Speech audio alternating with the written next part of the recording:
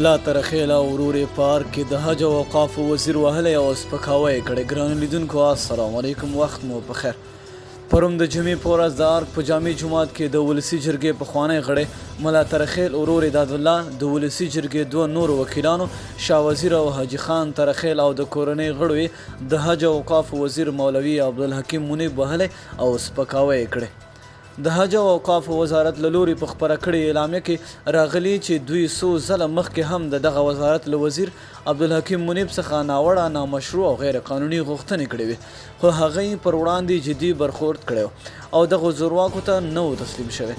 د دغه وزارت له لوري په خپره شوې اعلامیه کې راغلي د ارګ په جامع جومات کې د شپږو زورواکو له لوري د مولوي عبدالحکیم منیب سپکاوی، تحقیر او له هغه سره فزیکي شخړه د جومات وزارت، علما کرامو او په ټوله کې د شته نظام څرګند سپکاوی او له قانون څخه سرغړونه ده.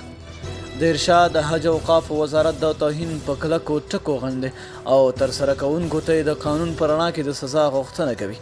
دا لومړی ځل نه دی چې دا ورپېښه رامنځته کیږي، بلکې تر دې وړاندې هم څو ځله د زورواکانو له لوري په زور خپل کارونه ترسره شوي او لوړپوړي چارواکي وهلي او ټکولي دي. نو ډېره مینه او مننه دوستانو چې ویډیو مو راسره تر پایه ولیدله.